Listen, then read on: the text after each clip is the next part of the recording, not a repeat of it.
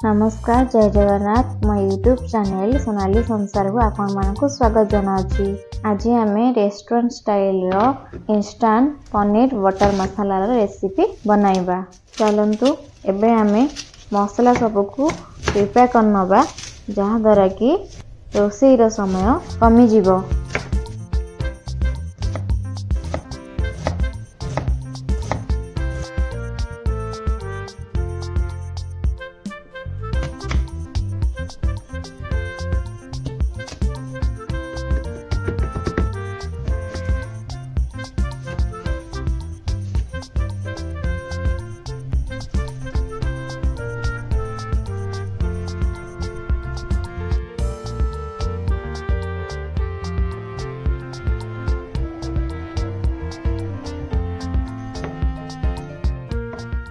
प्रथमे कढ़ी गरम होला परे 2 बड़ चामच तेल आ किछि बटर नै जिबा।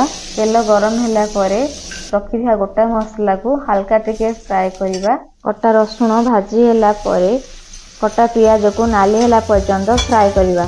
पियाज नाली होई गले सेथिरे 2 चामच अदा रसुण पेस्ट, हाफ चामच हळदी गुंड, हाफ चामच लंका गुंड, बाकी रखिथिबा टमाटर आ लंका पेस्ट को ऐड करी भला भाबरे कसिबा।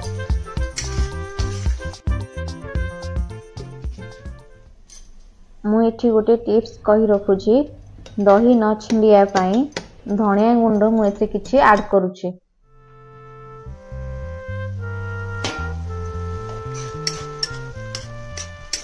देखंतु मसला एठी कसी साला परे गोळी रखिथिबा दही को ऐड करी किछि कसिला परे बाकी रखिथिबा काजू पेस्ट को ऐड करी भला भाबरे गोळी दबा, जहा द्वारा कि मसलार कलरटा चेंज होई जिवो। एबे आ गोटे पैन गरम करी सेथि किछि पनीर, कटा रखिया अदा, कंचा लंका, हळदी गुंड, लंका गुंड स्वाद अनुसार लूण दे फ्राई करिबा।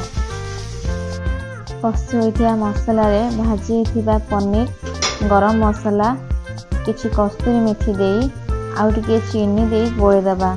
चीनी दबा द्वारा खट्टा कोणटी दूर होई स्वाद बढ़ि जे।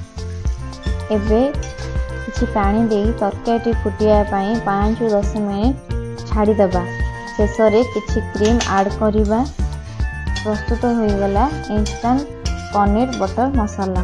Please like share and subscribe.